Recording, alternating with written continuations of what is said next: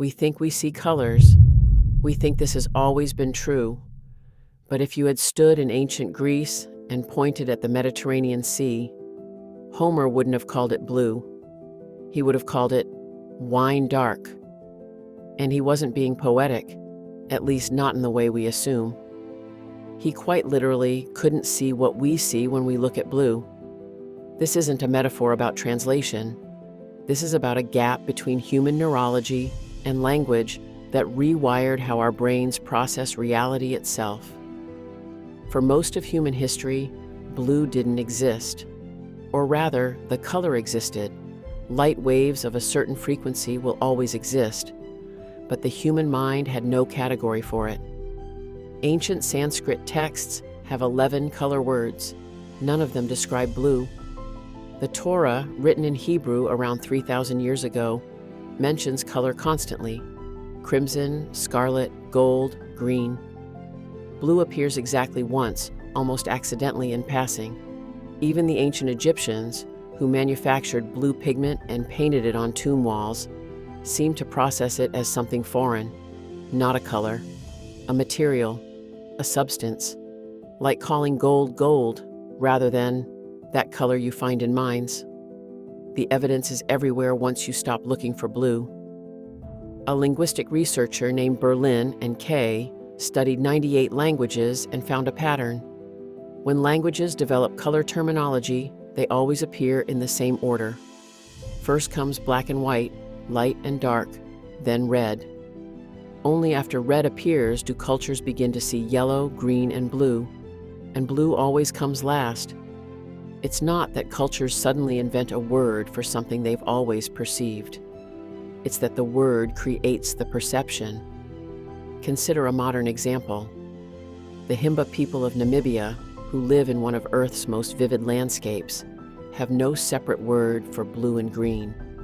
They see these colors, their eyes work fine, but their language groups them together as one category. Show a Himba speaker a circle of green dots among blue dots, and they cannot spot the difference quickly, but present the same test with variations in green, and they'll identify the odd one out in milliseconds. Their visual cortex has learned to organize reality along the pathways their language carved. Now imagine a person living in the year 1200. Imagine this person, call her Elena, walking along a coastline and watching the sea shift beneath the sun. Elena's eyes absorb the light. Her brain receives the signal, but without a word for blue in her language, without cultural reference points for blue, without paintings and pottery labeled with blue, her mind doesn't crystallize the sensation into a distinct color. It remains unnamed, unthought. It is seen but not perceived. She experiences the sea as a variation of other named colors, sometimes dark gray, sometimes bronze, sometimes the color of the earth after rain. The color slips away from her consciousness because she has no mental handle to grasp it with. Then something shifted. It happened across different regions at different times, but it followed the same logic. Around the 17th and 18th centuries, as international trade expanded and synthetic blue dyes became more available and affordable, the word for blue appeared and solidified in European languages. Suddenly painters could name it. Poets could reference it. Children grew up hearing the word, pointing at things, learning. Within 2 generations, blue was real. The revolution wasn't optical. It was linguistic. It was cultural. And it was neurological.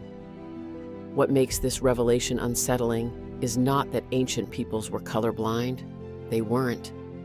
It's that we assume perception is a fixed property of human biology, when in fact, it's a conversation between our eyes, our brains, our languages, and our cultures. We see what we have words for.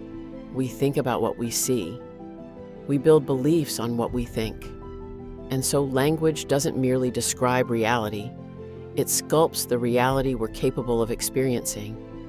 This suggests something quieter, but more profound.